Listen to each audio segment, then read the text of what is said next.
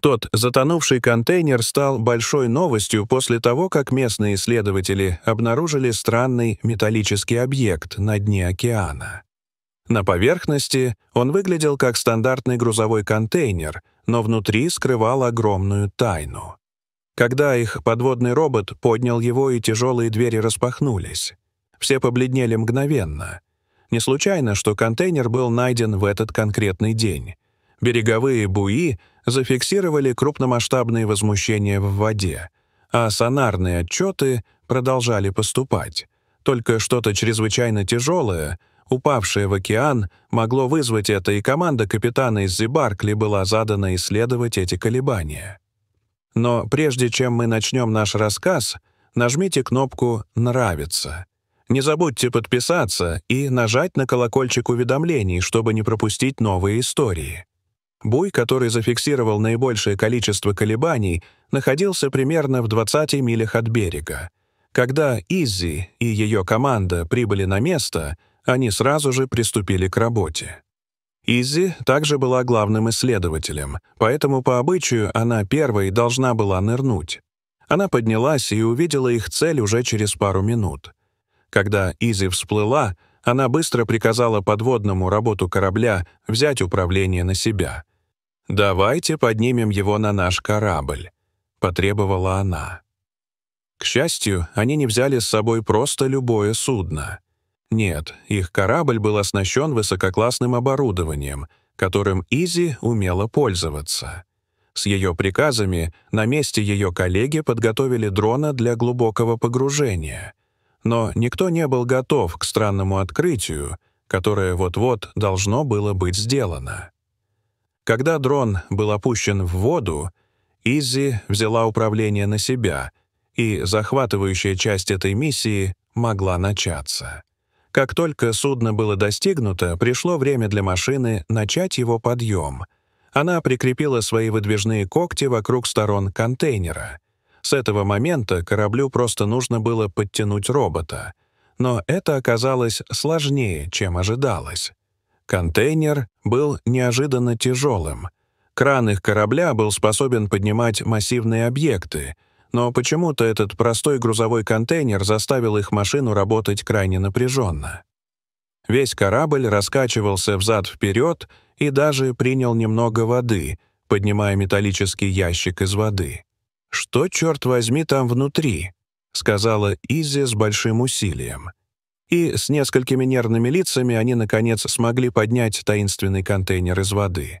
С громким стуком он приземлился на палубу их корабля, и вся команда немедленно бросилась осматривать захватывающую находку. Что это? Почему это? Здесь и что внутри? Коллеги Иззи, возможно, были взволнованы, однако той, кто был по-настоящему заинтригован, была сама Иззи, потому что она заметила что-то, что ускользнуло от ее коллег. Грузовой контейнер обычно не был водонепроницаемым, поэтому, когда его поднимали со дна океана, можно было ожидать, что вода будет вытекать из каждого отверстия, но почему-то в этом случае этого не произошло. Каким-то образом этот обычный на вид грузовой контейнер был изолирован, как будто он был предназначен для того, чтобы не пропускать ни капли воды. Но почему? Команда палубных рабочих, которые составляли мускулы команды, уже начали тянуть за ручку двери. Но Иззи настояла, чтобы они были осторожны. «Мы не знаем, что там внутри». Все ждали команды Иззи. После нескольких глубоких вдохов она решила, что пришло время, откройте его, но делайте это медленно, сказала она. С большими болторезами главный замок на контейнере был срезан, а затем ручки дверей были медленно оттянуты. Медленно, но верно двери контейнера распахнулись, и когда дверь наконец полностью открылась, все наблюдавшие побледнели мгновенно. Никто не мог ожидать, что они сделают это странное открытие, и тот, кто шокировал меня больше всего, была сама Иззи. Она была очарована тем, что увидела внутри этого металлического сосуда. Я просто не понимаю, что происходит. Иззи отошла от своего поста управления краном и медленно подошла к таинственному контейнеру. Она молча прошла мимо своих членов команды и вошла в открытое пространство контейнера. Глаза женщины были широко раскрыты, как никогда раньше, и она осматривала каждый дюйм этого запутанного места. Палец Иззи пробежал по каждому предмету внутри контейнера. Некоторые предметы были сделаны из дерева, а другие были покрыты тканью. Это были вещи, которым не место в таком месте. И с каждым предметом, который видела Иззи, растущая внутри ее путаница увеличивалась. Она обернулась и посмотрела на свою команду. Сначала никто ничего не сказал. Они обсуждали возможное содержимое контейнера, но никто не ожидал этого. Иззи первой нарушила молчание. «Что это? Кто-то здесь жил?» Ее голос был полон неверия, потому что содержимое было странно уютным. Она умоляла одного из своих коллег объяснить, но у коллег не было ответа. Иззи сделала шаг назад, чтобы посмотреть на контейнер в целом, и покачала головой. Она была абсолютно безмолвна. Внутри контейнера была полностью меблирована. Кровать, диван, шкаф и стол с стульями. Там было все, что есть в любом обычном доме. «Видел ли кто-нибудь из вас когда-нибудь что-то подобное?» Иззи спросила своих коллег, но все в группе разделяли тоже неверие и путаницу по поводу странной находки. Было много вопросов, откуда это взялось, кто бы жил так и почему. Не потребовалось много времени, чтобы группа начала расследование. Иззи была удивлена не только тем, что контейнер был полностью меблирован, но и тем, что все еще было более или менее на месте. Они быстро обнаружили, что все было прибито к полу. Однако некоторые свободные предметы были разбросаны на земле, и они нашли фотографии мужчины и его семьи. Жил ли он или они в контейнере? Кто они и что произошло? Они продолжили поиски, чтобы найти ответы на эти вопросы. Они обыскали каждый дюйм контейнера, но не нашли ничего, что приблизило бы их к истине. Иззи выдохнула с раздражением и была готова сдаться, когда один из коллег, Иззи, внезапно воскликнул с возбуждением. Когда она обернулась, она увидела, что он держит пластиковый пакет с застежкой Ziploc, но что вызвало его возбуждение, так это то, что было внутри — некий записывающий устройство. Иззи бросилась к нему и осторожно схватила пакет. Возможно, это могло дать им некоторые ответы. Иззи обращалась с пакетом осторожно, беспокойно. Любое неправильное движение не могло бы сломать его или испортить любую запись внутри. Пакет был аккуратно убран, и когда она открыла его, Иззи сразу же заметила, что устройство все еще было сухим. Это был хороший знак, и она нажала кнопку воспроизведения с доброй верой. Даже несмотря на то, что записывающее устройство казалось сухим, и у Иззи была вера, ее сердце все же подпрыгнуло, когда был слышен голос. Группа издала несколько возбужденных возгласов, и Иззи жестом потребовала тишины, чтобы они могли послушать запись. Это был мужской голос, вероятно, от мужчины на фотографиях. Это было здорово. Было трудно понять запись посреди океана, поэтому группа быстро переместилась внутрь. Сначала это было в основном фоновый шум, но затем голос прозвучал четко. «Мне нужно записать это, прежде чем они заметят, что мы здесь, и поймают нас». Он ответил кому-то на заднем плане. Голос звучал панически, делая первое произнесенное предложение в записи очень зловещим. Была короткая тишина, а затем мужчина прочистил горло и представился как Ахмед Осман. «Я надеюсь, что кто-то найдет контейнер в этой записи и сможет помочь. Жизни на кону», — поспешно сказал он. Запись внезапно замолчала. Иззи посмотрела на своих коллег, которые все разделяли один и тот же взгляд. Взгляд чистого неверия и путаницы. Во что они ввязались? Что происходило? Сообщение звучало тревожно, и они хотели помочь этому человеку, но как? Затем запись внезапно продолжилась. Записывающее устройство потрескивало, и звук не был таким хорошим, как раньше. Иззи подошла ближе, чтобы услышать, что сказал голос. «Нам отчаянно нужна помощь. Мы на вечном грузовом путешественнике, но я не знаю, как долго. Пожалуйста, спасите нас». Тон мужчины становился все более отчаянным. Затем записывающее устройство снова остановилось. Иззи попыталась заставить его работать снова, но ее усилия были тщетны. Оно было сломано. В комнате воцарилась тишина. Все были безмолвны.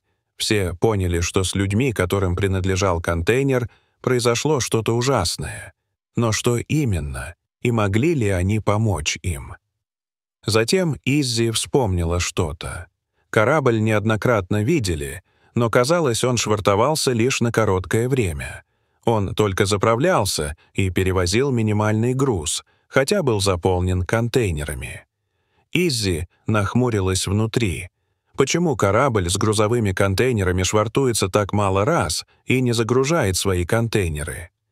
Это странное поведение сильно смутило Иззи и вызвало некоторые красные флаги. Она обсудила это со своими коллегами, которые согласились, что с этим кораблем происходит что-то подозрительное. Иззи снова просмотрела базу данных журналов, надеясь найти больше информации о судне. Она воскликнула, когда заметила его последнее известное местоположение. Оно близко. Странные отчеты в базе данных журналов и зловещая запись были достаточны для Иззи, чтобы попытаться отследить корабль. Местоположение было недалеко, и если они правильно истолковали мужчину на записи, время было сутью. Иззи убедилась, что все на борту были на одной волне, и она была рада, что они разделяли ее беспокойство. Она дала капитану последние известные координаты корабля. Когда они прибыли, судно находилось в 20 километрах от берега, неподвижно и молча. Несмотря на их любопытство, команда чувствовала себя неловко и согласилась, что им нужна поддержка. Иззи связалась с береговой охраной и полицией. Когда власти прибыли, Иззи проинформировала их о том, что они обнаружили. Ситуация была воспринята серьезно, но была проблема. Если команда заподозрила, что приближаются правоохранительные органы, они могли бы отказаться сотрудничать, чтобы избежать обнаружения. Офицеры замаскировались под одежду исследовательской команды и приблизились к судну под предлогом проведения научного исследования по миграции рыб. Иззи и два офицера на маленькой шлюпке направились к судну. По мере того, как они приближались, напряжение росло. Капитан колебался, позволяя им подняться на борт, пока он отдавал приказы своей команде. Трио ждало. Через 30 минут, наконец, была спущена лестница. Капитан дал им 1 час, затем отошел. Иззи и офицеры осторожно двигались по судну, притворяясь, что собирают данные одновременно, наблюдая за окружающей обстановкой. Все казалось нормальным, вероятно, потому что любые признаки неправомерных действий были быстро скрыты. В отчаянии Иззи начала тихо звать имя Ахмед Осман. К их удивлению, рядом открылся контейнер, и их втянули внутрь. Трио было шокировано, обнаружив его заполненным людьми. Интерьер напоминал контейнер, который они ранее подняли. Мужчина потребовал узнать, кто они такие, и Иззи узнала его по записи. Как только она объяснила, как они нашли сообщение, поведение мужчины изменилось. Это был Ахмед Осман. Он поблагодарил их, сказав, что это, возможно, наконец, их шанс сбежать. Ахмед раскрыл правду. Он и многие другие были заманены на борт обещаниями безопасного прохода. Взамен их заставили работать без оплаты, без свободы покинуть корабль. Он был в ловушке 2 года, другие еще дольше, живя в ужасных условиях внутри контейнеров. После попытки восстания контейнер Ахмеда был выброшен за борт, но ему удалось спрятать сообщение внутри, прежде чем он был потерян. Офицеры были ошеломлены. То, что они обнаружили, было больше, чем эксплуатация, это было заключение. Корабль удерживал семьи, обманутые и задержанные в ужасных условиях. С раскрытой правдой власти действовали. Ахмед предоставил информацию о команде, и была вызвана поддержка. Был проведен внезапный рейд, заставший команду врасплох. Операция удалась. Преступники были арестованы, и береговая охрана взяла контроль над кораблем. Изи помогла Ахмеду и другим выйти из их контейнеров. Корабль был причален в ближайшем городе, где для жертв были быстро созданы чрезвычайные убежища. Не потребовалось много времени, чтобы СМИ подхватили эту историю. Она стала новостью национального масштаба, и Иззи внимательно следила за ней, возвращаясь домой после того, как город взял на себя контроль за поддержку. Она была рада видеть, что ситуация имела хороший исход, и невероятно счастлива, что сыграла в этом свою роль.